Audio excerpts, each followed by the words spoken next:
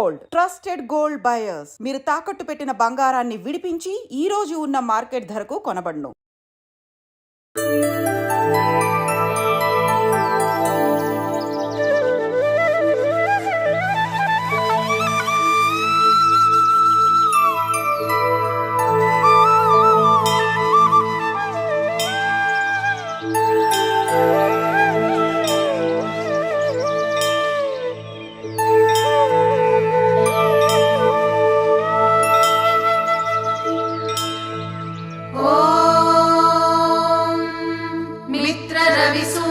भानुकगपूष हिरण्यगर्भा मरीच्यादित्य सवितर्क भास्करेभ्यो नमः।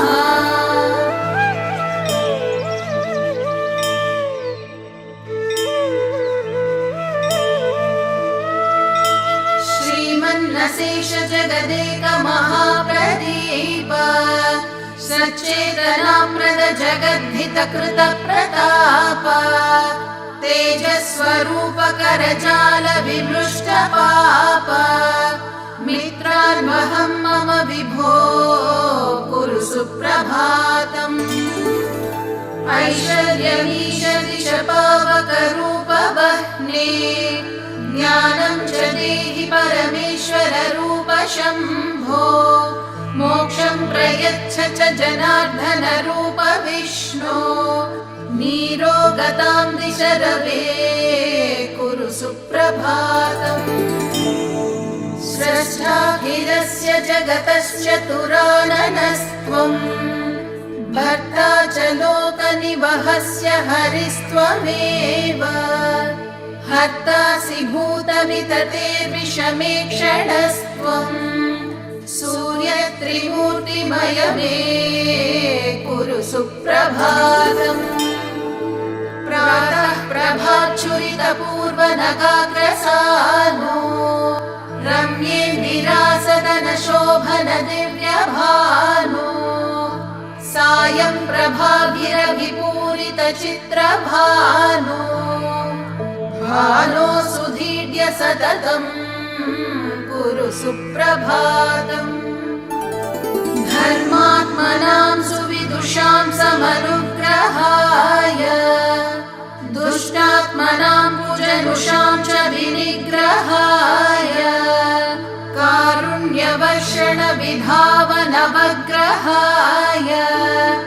शक्तो ग्रहेश खलनः कुरु सुप्रभातम्। पौरस्य भूधर तटीतिलगायमाना चूडामणेम्बरतलस्य च दिग्विधूट्याः कर्णावतंस गगनाञ्चितराजहंस पूषन् सुतोषकरणः कुरु सुप्रभातम्। उद्बोधयस्य नुदिनं वनमम्बुजानां त्वं सन्दधासि युगलिश्च रथाङ्गनाम्नां प्रीणासि जन्मिनयनानि हिरण्यगर्भा लोकोपकारपरणः कुरु सुप्रभातम्। मृद्नातिरोगनिवहोपघनं नितानम् कृष्णातिषड्रिपुगणो निशमन्तरङ्गम् तान् भस्मसात् कुरु मरीचिगणैर्मरीचे भक्तौघरक्षणरुचे कुरु सुप्रभातम्। येषां पराञ्चिकिलखान्यतृणत्स्वयम्भू स्वां वह्निपिण्डमतुलं खलु मन्वते जानन्ति योगिनि वहाः पुरुषं परं त्वाम् आदित्य सत्यधरनः कुरु सुप्रभातम्। भर्गोऽस्य धीमहि च तत्सवितुर्वरेण्यम् देवस्य चोदयसि यस्त्वमिमा धियो नः सुषेहि वाञ्छितफलं समुपाश्रितानां तेजो निधान सवितः कुरु सुप्रभातम्। सम्पर्कमात्र परिशोषित भक्तपाप पुत्रद्वयी विहितकर्कशतापहारिन् भ्रान्तस्य मर्कटशिशोः सुफलायितार्क तर्कातिदूरमहिमन् कुरु सुप्रभातम् यान् जनाननुजिगृक्षसि पासितांस्तान् तेषां धियां पथि शुभे परिचोदनेन हार्दं तमो हरसि पापमपाकरोषि मां पाहि भास्कर विभो कुरु सुप्रभातम् ध्येयः सुवर्णमय आपृणखादिरण्यश्मश्रूर्हिरण्यमय केशयुतोऽब्जनेत्रः पापापहो निज सुमण्डल मध्यवर्ती साक्षी त्वमेव भगवन् कुरु सुप्रभातम् उद्यन्मरीचिचय रञ्जित पूर्वसिन्धो नानारुजार्जित जनावनलोकबन्धो रोगादिहेतु कृमिजाल विनाशकाङ्घ्रे कोऽन्योऽभिशङ्कमरवे कुरु सुप्रभातम् दृष्टैव यन्तु अरुणस्य शुभां प्रभां ताम् नक्तं चराः सपदि दिक्षु विदिक्षु लीनाः अन्ये जनाश्च नितरां तव दर्शनोत्काः लोकैकलोचन विभो कुरु सुप्रभातम् पञ्चेन्द्रियाणि च धियः करणानि पञ्च कर्मेन्द्रियाणि च मनोजनि मद्गणस्य त्वं देव जीवयसि रोगमपाकरोषि सर्वान् समेधयसि नः कुरु सुप्रभातम् बुद्ध्यन्महाभुवनमित्रमहास्त्वमध्य रोहन् दिशं सुरगणाध्युषितामुदीचीम् हृद्रोगमाशु हरिमाणमपाकुरुष्व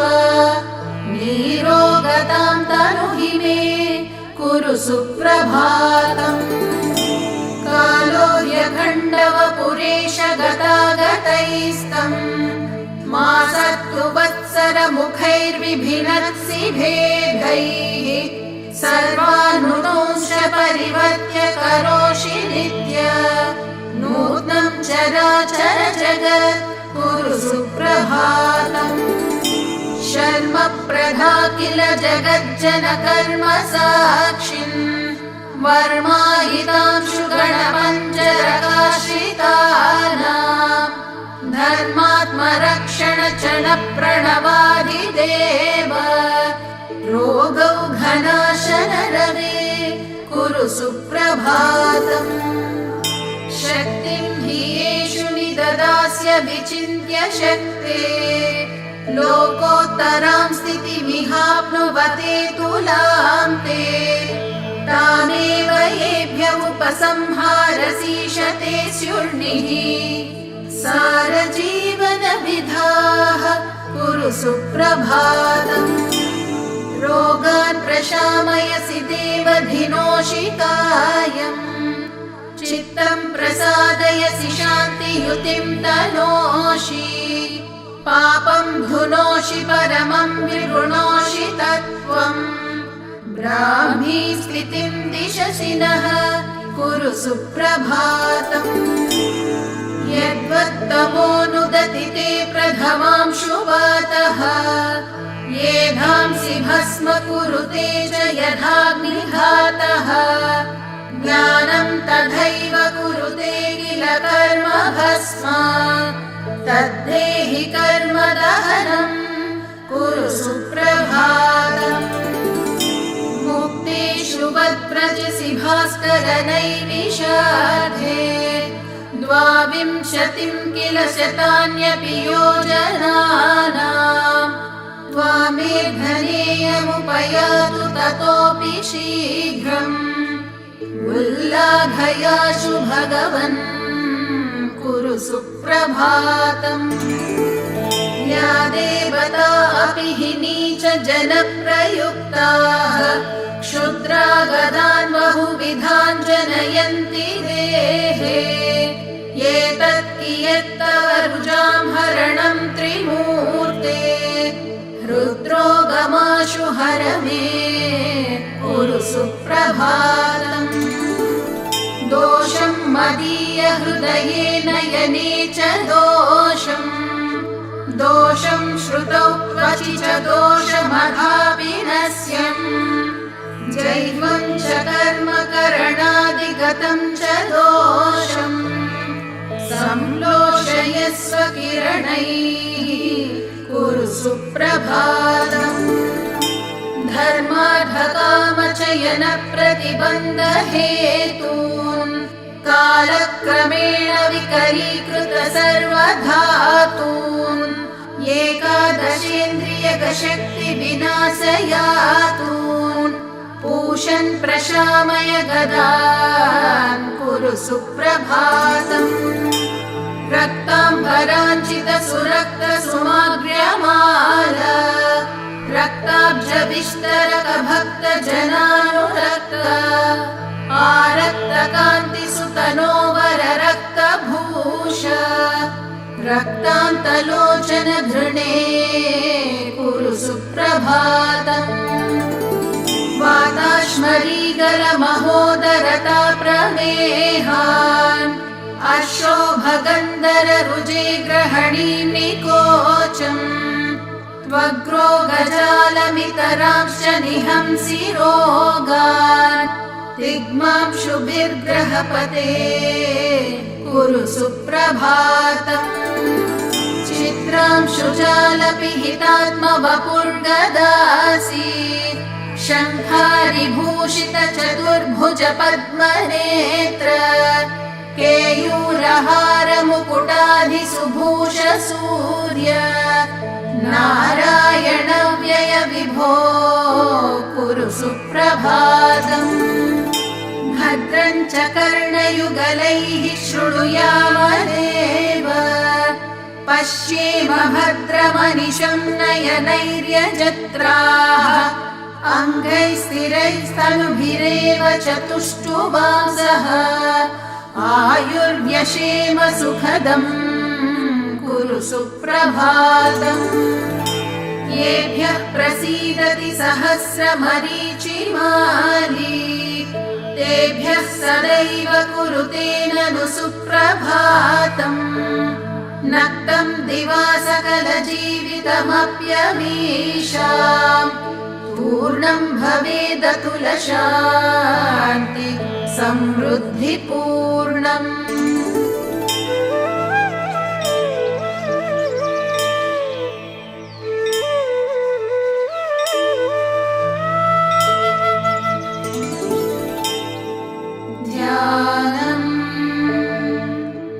ध्यायेत् सूर्यमनन्तकोटिकिरणं तेजोमयं भास्करम् भक्तानामभयप्रदं दिनकरं ज्योतिर्मयं शङ्करम् आदित्यं जगदीशमच्युतमजं त्रैलोक्यचूडामणिम् भक्ताभीष्टवरप्रदं दिनमणिं मार्ताण्डमाद्यं शुभम् कालात्मा सर्वभूतात्मा वेदात्मा विश्वतोमुखः जन्म मृत्यु जरा व्याधि संसार भयनाशनः ब्रह्मस्वरूप उदये मध्याह्ने तु महेश्वरः अस्तकाले स्वयं विष्णुः त्रयीमूर्तिर्दिवाकरः एकचक्ररथो यस्य दिव्यः कनकभूषितः सोऽयं भवतु न प्रीतः पद्महस्तो दिवाकरः पद्महस्तः परं ज्योतिः परेशाय नमो नमः अण्डयोनिर्महासाक्षी आदित्याय नमो नमः धर्ममूर्तिर्दयामूर्तिर्सत्त्वमूर्तिर्नमो नमः सकलेशाय सूर्याय क्षान्तेशाय नमो नमः क्षयापस्मारगुल्मादिदुर्दोषव्याधिनाशनम् सर्वज्वरहरं चैव क्षुक्षिरोगनिवारणम् एतत् स्तोत्रं शिवप्रोक्तं सर्वसिद्धिकरं परम् सर्वसम्पत्करं चैव सर्वाभीष्टप्रदायकम् सर्वसम्पत्करं चैव सर्वाभीष्टप्रदायकम् ॐ सूर्यनारायणाय नमः ॐ सूर्यनारायणाय नमः